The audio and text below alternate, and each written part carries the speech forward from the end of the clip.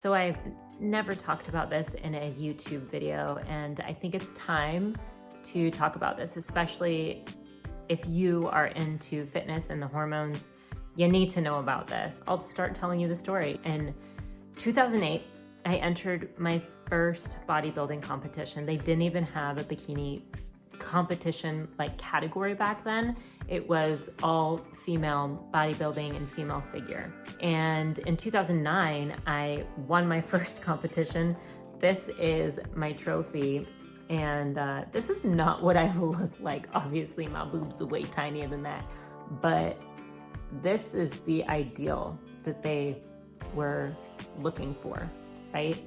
Before I dive in to all of this, if you are new here, please subscribe to this channel and make sure to click that bell to be notified every time I post a video on menstrual cycle health and fitness. And if you are here, give this video a like because this is kind of vulnerable to talk about. When I was 16, I lost my period entirely due to what I thought it was due to, and I still think it's due to a traumatic sexual event. And I did a video about all that right here, and you can find it in the description below.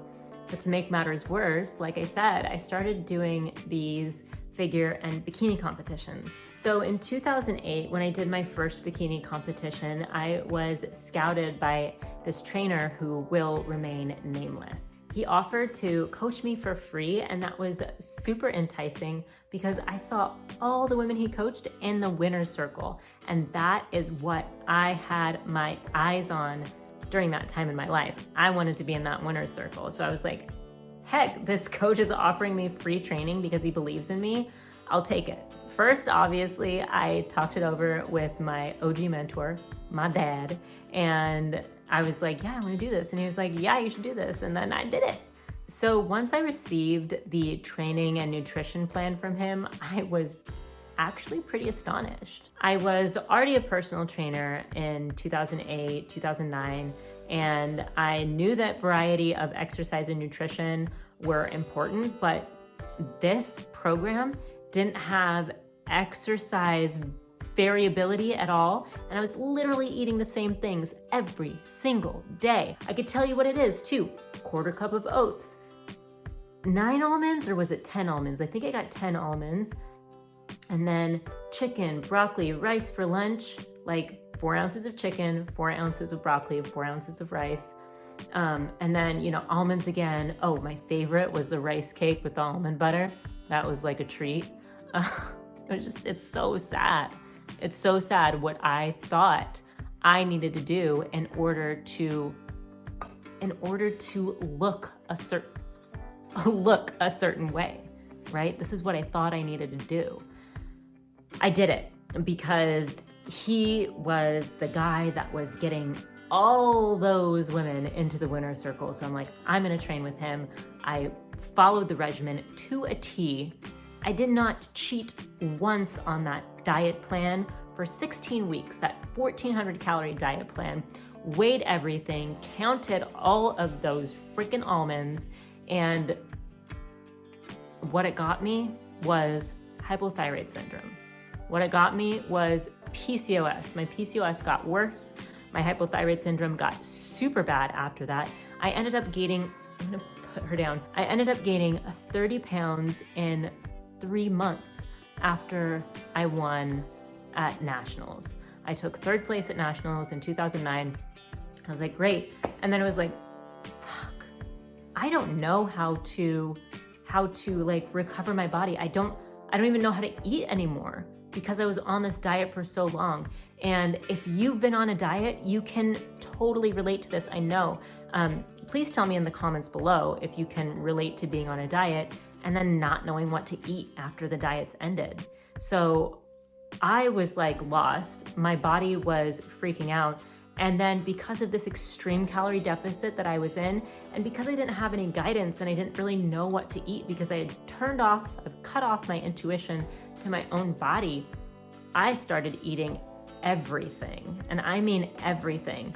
There was a gallon, I think I mentioned this in another video, there was a gallon of peanut butter M&Ms mixed with nuts and little pretzels and stuff. I think I ate a half of that in a day. And I think I picked through to get all the M&Ms. Did I mention that they were peanut M&Ms? Those are still really good in my books. I don't really eat M&Ms now, but I digress.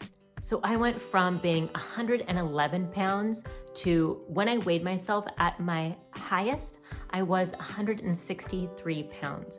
I wanted to mention this because it's really, really important. I stopped working out entirely for like a couple of years.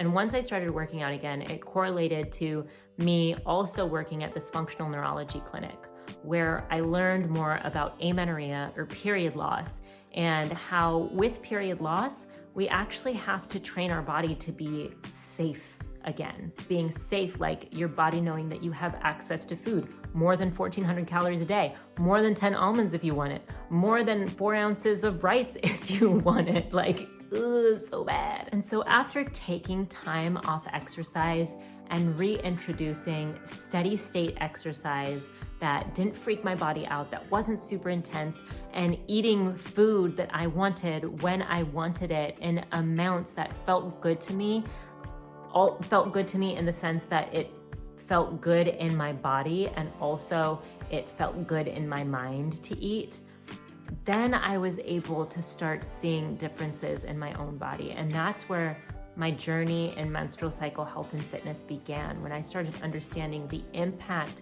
that fitness has on hormones, the impact that food has on hormones, the impact that environmental estrogen has on hormones. And if you are in the bodybuilding, figure, or bikini industry, and you've lost your period and you're wondering how that impacts your overall fitness, I feel you also. And you can leave a comment below and talk to me about your experience, or you can even hit me up on Instagram in my DMs. I do check my DMs. It is me responding to my DMs in Instagram at Fitness Flow Method, and you can find the link to my Instagram below. And otherwise, thank you all so much for sticking around and watching this video. If you haven't liked this video already, please do, and make sure to subscribe to my channel for more menstrual cycle health and fitness updates. And if you want to know more about the intimate details of my period loss journey, go ahead, watch this video next. Trigger warning, it is very vulnerable, and I do talk about sexual trauma. So thanks again for watching, and I'll see you in the next video. Bye.